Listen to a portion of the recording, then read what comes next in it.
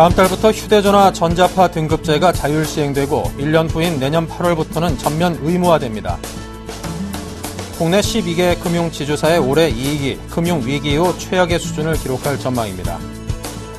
이러면 내년부터 월급이 깎인 근로자는 국민연금 보험료를 줄여달라고 요청할 수 있고 조정이 이루어지면 앞서 더 낸 보험료는 돌려받게 됩니다.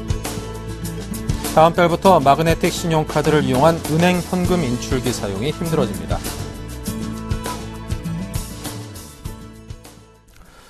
네, 시청자 여러분 안녕하십니까. 생경제 현장의 임동석입니다. 오늘 우리 증시는 코스피 지수 기준으로 기관과 외국인의 매수세에 힘입어서 1900선을 다시 힘있게 회복을 했습니다. 김종선 기자를 연결합니다. 안녕하십니까. 안녕하세요. 네, 오늘 마감 시황부터 알려주십시오. 네, 오늘 코스피 지수는 전날보다 0.90%, 17.16포인트 오른 1917.05의 거래를 마치면서 1920선에 바짝 다가섰습니다. 지난 6월 11일 1920.68포인트를 기록한 이후 최고치인데요. 전날 미국 뉴욕 증시가 주택지표 부진으로 하락 마감했음에도 오늘 상승 출발했던 코스피 지수는 기관의 매수세에 힘입어서 장중 내내 강세를 보이면서 상승 마감했습니다. 개인이 3,126억 원어치 팔았지만 외국인과 기관이 각각 930억 원, 2,407억 원 순매수하면서 지수를 끌어올렸습니다. 대부분의 업종이 올랐는데요. 의료정밀이 4.55% 오른 것을 비롯해서 운송장비, 운수창고, 기계, 제조업 등이 올랐습니다. 반면 통신업과 종이목재 등은 내렸습니다. 시가총액 상위 종목도 대다수 오름세를 보였는데요. 삼성전자는 전날보다 0.55% 오른 129만 원의 거래를 마쳤고 현대차, 현대모비스, 기아차 등 현대차 3인방이 일본 자동차 업체 주가 하락에 따른 반사이익으로 각각 3% 이상 상승했습니다. 채권단으로부터 채무 상환 기간 한 달 연장을 받은 STX와 STX중공업이 상한가로 장을 마쳤고 한솔그룹 지주회사 전환과 관련해 한솔재지는 지주회사 관련해서 한솔그룹의 지주회사 전환과 관련해서 한솔재지는 지주사 전환에 대한 기대감이 꺾이면서 3% 이상 하락했고 한솔 CNS는 분할한 승인 소식이 6% 이상 오르면서 거래를 마쳤습니다. 오늘 코스닥 지수는 전날보다 1.01% 오른 546.42포인트의 거래를 마쳤습니다. 네. 자, 그리고 한솔그룹에서 추진해오던 지주회사 전환 시도가 무산이 됐습니다. 아무래도 최근 주식시장에서 불안감이 영 가시지 않은 탓인 듯 보이는데요. 자, 이에 대해서는 어떻습니까? 네. 한솔재지와 한솔 CNS는 오늘 임시 주주총회를 개최해서 분할과 합병 안건을 상정해 의결했지만 분할안만 승인되고 합병안은 부결이 됐습니다. 한솔그룹은 지난 4월 8일 이사회 결의를 통해서 한솔재지와 한솔 CNS에서 각각 재지, 물류 부문을 분할 신설해 사업 자회사를 만든 후 남은 투자 부문 회사를 합병하는 지주사 체제 전환을 발표한 바 있습니다. 이번에 합병안이 부결된 것은 이사회 결의 즈음인 4월 3일 한솔 CNS의 주가가 52주 최고가였던 4,400원을 기록하는 등 주식 매수 청구가액이 높게 형성된 상태에서 최근 주식시장이 불안해지면서 주가가 매수 청구 가격인 4,084원보다 낮은 가격대에 거래되고 있기 때문으로 보입니다. 이에 따라서 주주들의 불참이나 기권 등 주식 매수 청구를 위한 반대 의사 접수가 다수 나온 것으로 알려졌습니다. 한솔그룹은 이번 지주회사 전환 실패가 주식시장 불안에 따른 일시적인 현상으로 파악하고 앞으로 지주회사 전환을 재추진할 방침입니다. 한솔그룹 관계자는 한솔 CNS의 주가 하락이 회사의 기초체력 하락에 기인한 것이 아니라 단시 주식시장의 불안정성 때문으로 보고 있다며 앞으로 적절한 시점에 지주회사 전환을 재추진할 것이라고 밝혔습니다. 한편 지주사 전환 무산에 따라서 한솔재지와 한솔 CNS의 주가도 희비가 엇갈렸는데요. 한솔재지는 지주사 전환에 대한 기대감이 꺾이면서 3.41% 떨어졌고 한솔 CNS는 급등세를 보이면서 6.82% 오른 3,680원의 거래를 마쳤습니다. 네. 자, 2분기 기업들의 실적 발표가 이어지고 있습니다. 그중에서도 SK텔레콤 또 삼성테크윈 등의 실적 개선이 상당히 눈에 띄더군요. 네, 그렇습니다. SK텔레콤은 마케팅 비용 감소와 SK하이닉스의 실적 호조 등에 힘입어서 2, 4분기 영업이익이 지난해 같은 기간보다 33.2% 늘어난 5,534억 원을 기록했습니다. 같은 기간 매출액은 3.9% 증가한 4조 1,642억 원, 순이익은 288% 급증한 4,677억 원으로 잠정 집계됐습니다. 이는 LTE 가입자의 지속적인 증가가 매출 증가로 이어졌기 때문인데요. SK텔레콤 가입자 중 LTE 이용자는 지난 6월 말 기준으로 1,102만 명으로 전체 가입자의 40%를 넘어섰습니다. 특히 마케팅 비용 감소와 SK하이닉스 지분법 이익 등으로 수익성 개선폭이 컸습니다. 또 삼성테크위는 시큐리티 솔루션과 반도체 장비 사업 등의 호조로 2분기 영업이익이 지난해 같은 기간보다 17.4% 늘어난 607억 원을 기록했습니다. 그리고 한국타이어는 2분기 영업이익이 2,713억 원을 기록해서 지난해 같은 기간보다 11.3% 증가했다고 밝혔는데요. 초고성능 타이어의 매출 성장이 전체 실적 개선으로 이어졌습니다.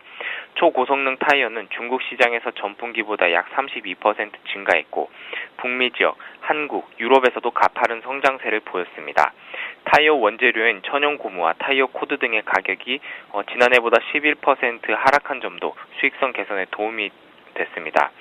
한편 신한금융지주는 금융산업이 급심한 불황을 이어가는 가운데 2분기 영업이익이 지난해보다 14.5% 줄어든 7,433억 원을 기록했고 GS 홈쇼핑은 의류, 임의용 제품, 건강식품 등의 매출 호조에 힘입어서 영업이익이 지난해보다 61.5% 급증한 373억 원을 달성했습니다. 네, 지금까지 증권부의 김종성 기자와 함께했습니다. 감사합니다. 고맙습니다.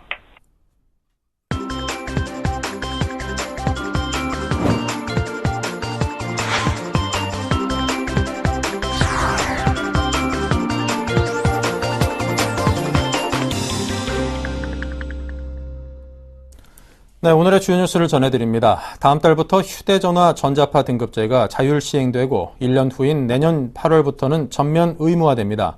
미래창조과학부는 스마트폰 등 무선 설비의 전자파에 대한 소비자들의 불안감을 해소하기 위해 전자파 등급 표시를 의무화한다고 밝혔습니다. 여러 나라가 기업 자율로 휴대전화에 전자파 등급 표기를 권장하고 있지만 정부가 나서서 법으로 의무화하는 것은 우리나라가 처음입니다. 앞으로 휴대전화 등 무선 설비 제조사는 해당 제품의 본체나 포장 상자, 사용자 설명서 표지, 휴대전화 내 정보 메뉴 중 한 곳에 전자파 등급이나 전자파 흡수율 측정값을 표시해야 합니다.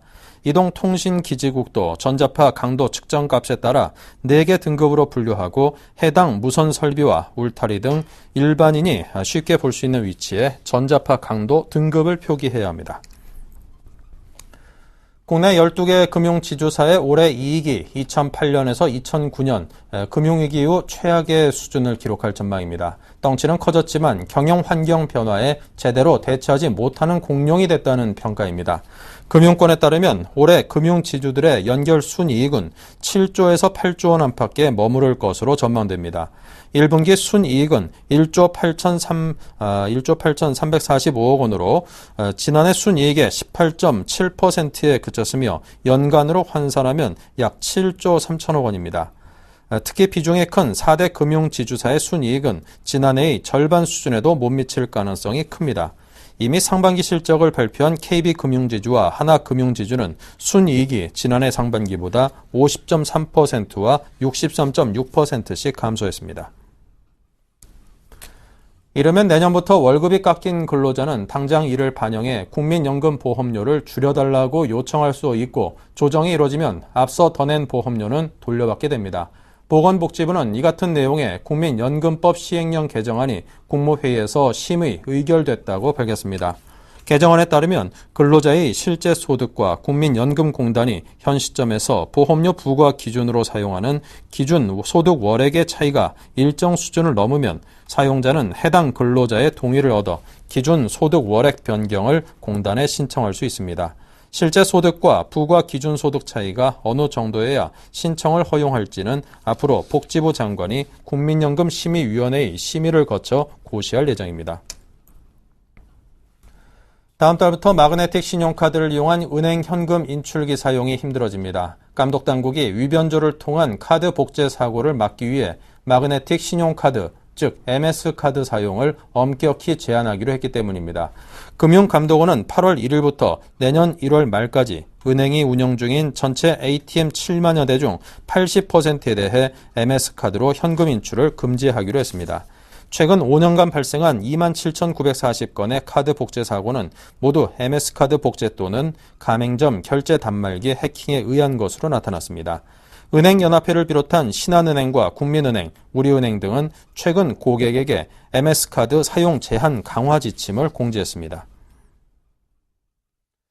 네, 요즘 들어서 은행 등 금융지주사들 등 은행권의 금융권의 실적이 그다지 좋지 않습니다. 저금리 저성장 시대를 맞아서 이 적자를 기록하는 점포들 대상으로 구조 조정에 대한 움직임도 나타나고 있다고 하는데요. 서울경제신문의 김영필 기자를 연결해 듣겠습니다. 안녕하십니까? 네, 안녕하세요. 네, 우리나라의 금융사 점포만 3만 개가 넘는다고요? 상당히 많네요.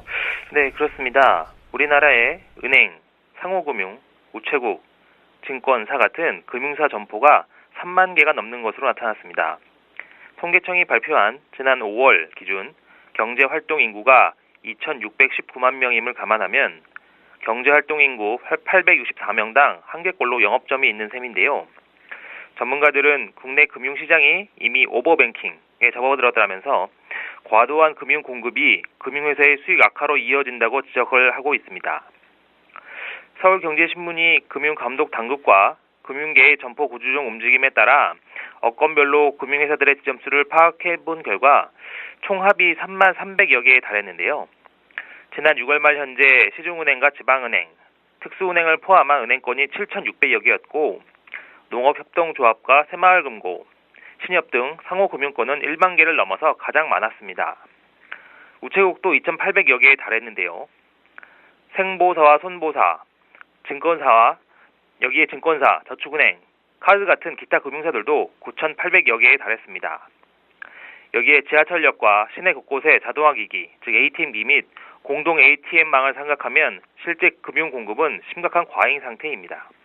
네, 이 단순히 점포수가 많은 것만이 문제는 아닐 텐데요. 실제로 오버뱅킹이라고 볼 수 있는 근거가 있습니까? 네, 전문가들은 금융사들의 총자산 수익률, 즉 ROA와 자기자본 이익률, ROE가 떨어지는 원인 중에 하나가 과도한 영업점 탓이라고 분석을 하고 있습니다. 대대적인 은행 구조조정을 했던 지난 1998년 은행의 적정 점포수에 관한 연구를 발표한 지동현 박사는 점포수의 증대가 ROA 하락의 한 원인을 제공했다고 볼 수 있다면서 암묵적으로 자기 자본이 점포에 배분되고 있기 때문에 ROE와 점포수는 일정 관계가 있고 다른 조건이 일정할 때 점포수를 줄이면 ROE가 올라간다고 볼 수 있다고 말했습니다. 실제 은행권을 포함한 전 금융사들의 수익성 지표는 계속 나빠지고 있는데요. 금융감독원에 따르면 은행의 올해 1사분기 ROA는 0.47%, ROE는 6.17%에 불과합니다. 한때 ROA 1%, ROA 15%이던 때와 비교되는데요. 대표적인 상호금융사인 신협은 지난해 ROA가 0.31%, ROE는 3.71%에 불과했습니다. 증권사도 저수익의 허덕이기는 마찬가지이고 대규모 구조조정을 겪었던 저축은행은 2012 회계연도에 대규모 적자가 예상됩니다. 네. 이 어려운 용어를 써서 말씀을 하셔가지고 이해하기가 쉽진 않습니다만, 당장 우리 그 생활 하는 데 있어서 은행을 이용하는 행태를 놓고 보면은, 저만 해도 금융점포 직접 찾아가기보다는 그냥 PC 앞에 앉아서 인터넷 뱅킹이나 스마트폰으로 이렇게 은행 업무를 보게 되는 것 같거든요. 그런 점들을 감안하면 지금 있는 점포의 전체가 필요할까 싶은 생각이 소비자로서 드는 것도 사실입니다만. 네, 맞습니다. ROA나 ROE 같은 복잡한 지표를 생각하지 않더라도 당장 우리 주변의 실상만 봐도 알 수 있는데요. 경기 침체로 부실 기업이 늘어난 상황 속에서 은행들은 과거 몇 년 새 인터넷과 모바일 뱅킹의 이용 증가라는 변화를 겪고 있습니다. 여기에 저금리 저성장이 겹치면서 최악의 상황으로 내몰리고 있는데요. 한국은행에 따르면 2009년도 5,900만에 달했던 인터넷 뱅킹 등록 고객 수는 올해 3월 기준으로 8,900만을 넘어섰습니다. 인터넷 뱅킹으로 처리하는 일평균 금액 수도 올 1사분기 기준으로 33조 원에 달하는데요. 1사분기 중 입출금 및 자금 이체 거래를 놓고 봤을 때 창구 거래 비중은 12.3%밖에 안 됩니다. 반면 인터넷 뱅킹은 33.9%에 달하고 여기에 텔레뱅킹을 더하면 무려 47.3%가 인터넷 뱅킹과 텔레뱅킹을 이용하는 것입니다. 상황은 이런데 점포수는 과거 대비 계속 증가해왔던 것입니다. 네. 자, 그렇다면 이제 결국은 금융권에서 대규모의 구조조정이 있어야 된다. 이렇게 이해가 되는 것 같은데요. 맞습니다. 이미 증권업계는 오버뱅킹에 따른 대가를 치르고 있는데요. 증권업계는 최근 들어 200개에 가까운 지점을 없애거나 없앨 계획입니다.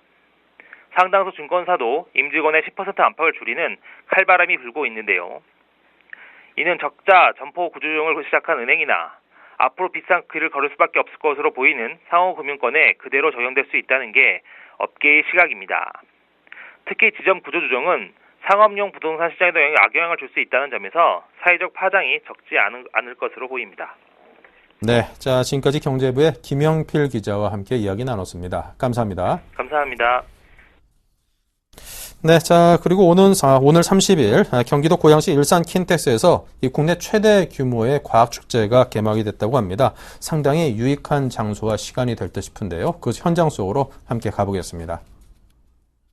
국내 최대 규모의 과학축제 2013 대한민국 과학창의축전이 30일부터 다음 달 4일까지 6일간 일산 킨텍스 제1전시관에서 열립니다. 미래창조과학부가 주최하고 한국과학창의재단이 주관하는 이 행사는 과학 상상의 날개를 달다를 주제로 축구장만한 크기의 행사장에서 300여 개 기관, 400여 개 프로그램 등 국내 최대 규모로 진행됩니다. 30일 열린 개막식에는 최문기 미래창조과학부 장관, 강혜련 한국과학창의재단 이사장과 학생, 학부모, 교사 등이 참석했습니다. 이번 축전은 무한상상월드, 창의 도전 콘서트, 스타트업 워크숍 등 3가지 테마로 구성됐습니다. 첫 번째 테마인 무한상상월드에는 정보통신, 에너지, 수학 등을 주제로 무한상상 마을이 꾸며집니다. 참가자들은 과학 융합 프로그램, 미국 스미소니언 국립항공우주박물관의 첨단 우주항공체험 등 350여 개 프로그램을 즐길 수 있습니다.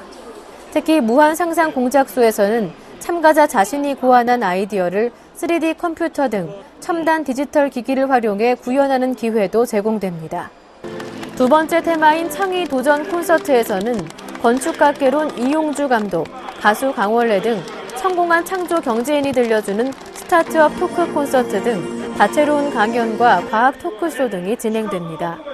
이외에도 ICT 기술을 활용한 미국 노스웨스턴 대학과 스미소니언의 교사 연수 프로그램 등 우리나라 교육을 짊어질 교사들을 위한 스타트업 워크숍도 진행됩니다. 오늘 개막식을 시작해서 일요일까지 6일 동안 펼쳐지는 이번 행사는 정말 온 가족이 가족 단위 와서 체험하고 즐기고 상상력이 얼마나 중요하고 우리 사회에 창의 문화가 확산되는 좋은 계기가 될 것으로 기대를 합니다. 올해로 17회째를 맞은 2013 대한민국 과학창의축전은 다음 달 4일까지 6일간 일산 킨텍스 제1전시관에서 열립니다.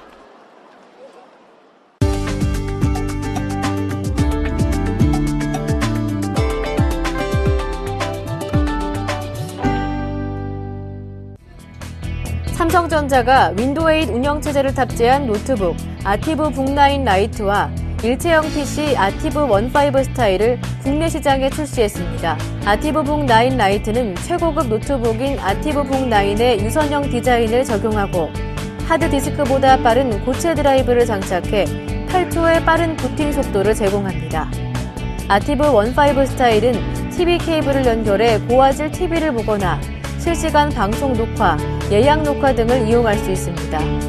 스마트폰인 갤럭시 S4의 디자인을 계승해 초박형 제품으로 만들었고 테두리를 금속 느낌이 나도록 채색해 고급스럽게 보입니다.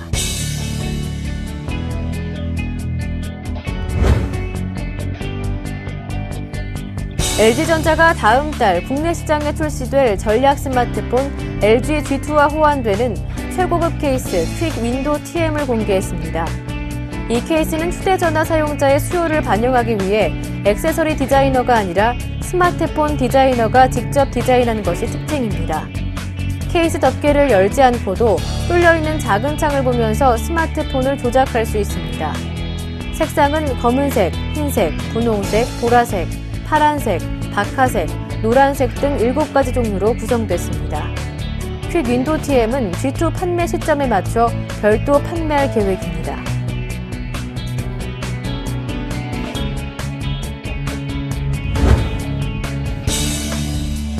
히림 종합건축사 사무소가 세계 건설 엔지니어링 전문지인 이에날이 발표한 세계 225대 설계회사에 선정됐습니다. 이에날은 건설과 엔지니어링 분야에서 권위 있는 전문지로 세계 각국 건설 엔지니어링과 건축 디자인 업체를 대상으로 매년 해외 매출 규모에 따라 순위를 매겨 발표합니다. 히림은 순수 일반 건축물의 해외 설계 매출 실적이 1,550만 달러로 총 225개사 중 197위에 올랐습니다.